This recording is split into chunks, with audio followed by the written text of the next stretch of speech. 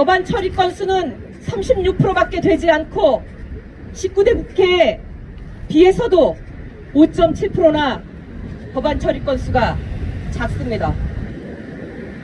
뿐만 아니라 현재 15,000건의 법안이 국회에 그대로 계류되어 있습니다.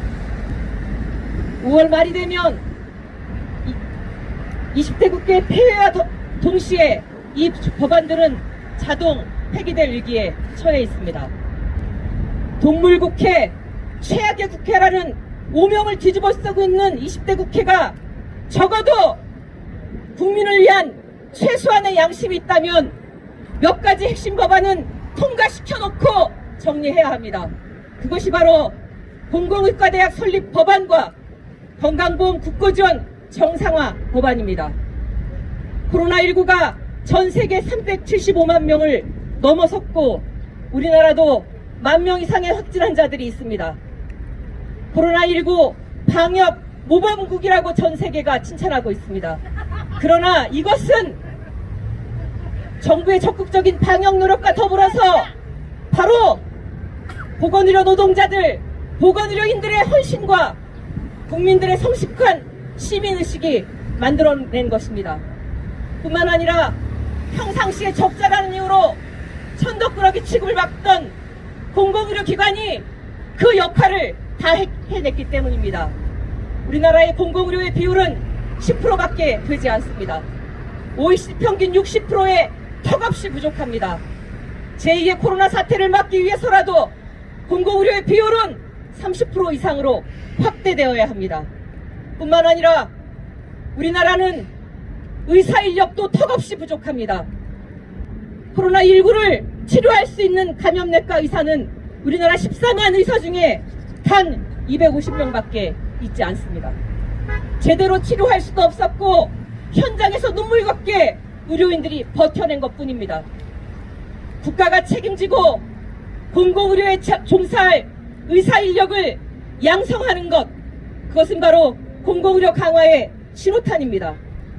국립공공의과대학 설립 법안이 2018년 국회에 상정된 이후에 지금 2년째 통과되지 못하고 국회 보건복지위원회 법안심사소위원회에 계류되어 있습니다.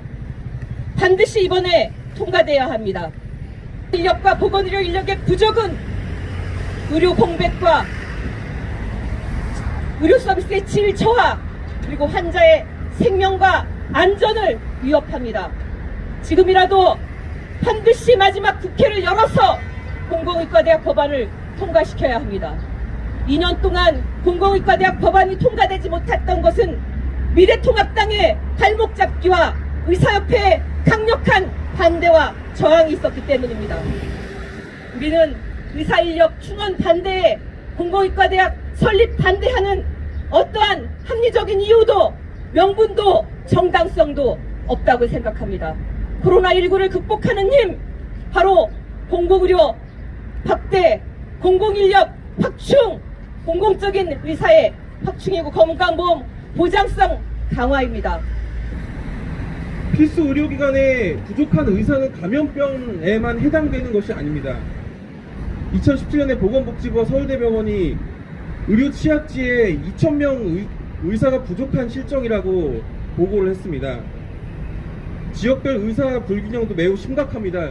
인구 1,000명당 서울의 필수 의료기관 1.7명 있을 때 경북에 0.5명밖에 없다고 조사가 됐습니다. 그래서 적절한 의료 서비스를 받았을 경우에 살릴 수 있는 환자이지만 그렇지 못해서 사망한 사람이 인구 10만 명당 44명인데 충북은 60명 가까이나 됐습니다. 경북 영양군은 100명이 넘었다고 합니다. 이런 식으로 평소에도 필수 공공 의료기관에 일하는 의사가 부족해서 사람이 죽어가고 있는 실정입니다. 즉 감염병 국면에서 뿐만 아니라 평상시에도 공공의료 인력은 비상 상황이었던 것입니다. 따라서 공공의대법이 반드시 통과가 돼야 되고 지금 서남대에 비해있는 TU뿐만 아니라 전국에 국공립 의과대학이 늘어나야 된다고 생각합니다. 그런데 지금 정부가 이야기하고 있는 것은 무엇입니까? 필수 공공의료기관을 확충하고 그곳에 의사를 확충하는 게 아니라 원격 의료를 하겠다고 이야기를 하고 있습니다. 원격 의료로 응급취약지, 분만 취약지에서 과연 무엇을 할 수가 있겠습니까? 그리고 원격 의료로 코로나 환자를 볼 수가 있습니까? 이런 말도 안 되는 의료 민영화 정책들을 재난을 빌미로 하고 있는 데만 온 관심이 쏠려 있는 상황에서 공공의대법이 뒷전인 것입니다. 정부 여당이 내놓은 정책 중에 두드러지는 게 의사과학자를 양성하겠다는 것입니다. 이게 의료 공공성 감염병과 무슨 관련이 있습니까? 지난 월말에 발표한 10대 규제 개선 과제에 대학병원 교수를 영리기업에 겸직시키겠다는 정책도 내놨습니다. 이런 식으로 지금 필드에서 일할 공공의료의사가 부족한 상황에서 영리형 의사사업가 만들기에만 몰두하고 이런 정책을 추진하고 있기 때문에 공공의과대학 설립법도 진척이 없는 것이라고 생각합니다. 지금 많은 감염병 전문가들이 이야기하고 있듯이 2차 유행이 예고되고 있습니다. 거리두기를 대폭 성급하게 완화해서 가능성도 높아지고 있습니다. 이런 상황에서 공공의료 인력을 양성하기 위한 최소한의 보호 법안이라도 반드시 5월 국회에서 통과돼야 된다고 생각합니다. 이 5월 국회도 그냥 넘어가는 시즌이 아니라 국민의 생명과 안전을 위한 골든타임입니다. 이 국회에서 공공의대법, 건강보험 강화법이 어떻게 논의되는지, 누가 방해하고 태만하는지 우리 시민사회가 똑똑히 지켜보고 감시하겠습니다. 코로나19로 인해서 전 세계가 건강보험 체계에 대해서 각광을 하고 있습니다. 하지만 그 민낯이 있습니다.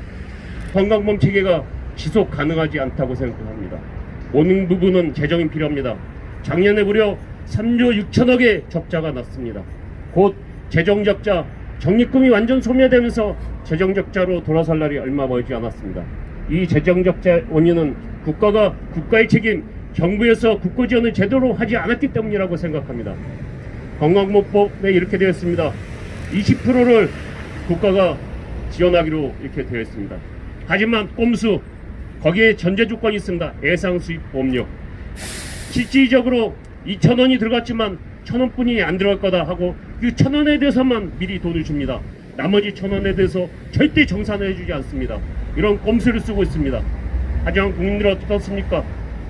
국민들은 지난 12년간 무려 23조 3천억에 가까운 돈을 정산보험료로 냈습니다. 작년만 하더라도 월급이 올라서 집값이 올라서 무려 약 2조 3천억의 돈을 국민들이 지불을 했습니다. 우리나라의 건강보험제도는 오로지 국민들이 떠받들고 있다고 해도 과언이 아닙니다. 이뿐만이 아닙니다. 국가가 지금 재난을 당했습니다. 재난을 당해서 재난당한 국민들에게 건강보험료를 감면해 주겠다, 어려움을 낮춰주기 위해서 건강보험을 감면해 주겠다고 하고 있습니다. 그런데 그 감면을 50% 해주는데 반만 국가가 됩니다. 적립되어 있는 보험료에서 무려 6,410억이 빠져나가고 있습니다. 이 또한 재난까지도 국가가 책임지지 않고 보험료에서 좀 메꾸고 있습니다.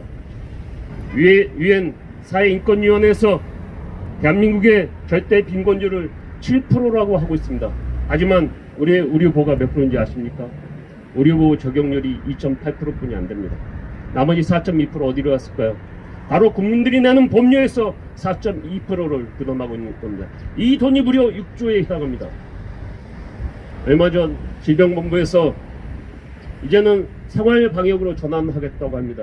그 핵심이 지금까지는 아파도 이랬지만 이제는 아프면 쉰다 했습니다.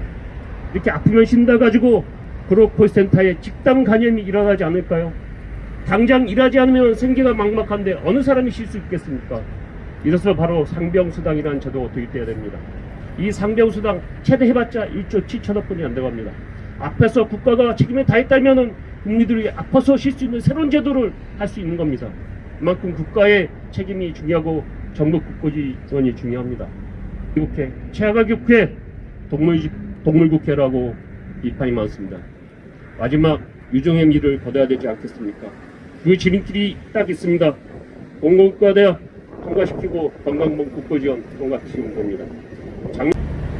국고지원 정상화로 상병수당 실시하라! 실시하라! 실시하라! 실시하라! 건강보험 국고지원 정상화법 즉각 통과시켜라. 공공병상 의료인력 대폭 확충하라. 공공의과대학 설립법안 즉각 제정하라. 재난사태 이용한 원격 의료 중단하라. 예.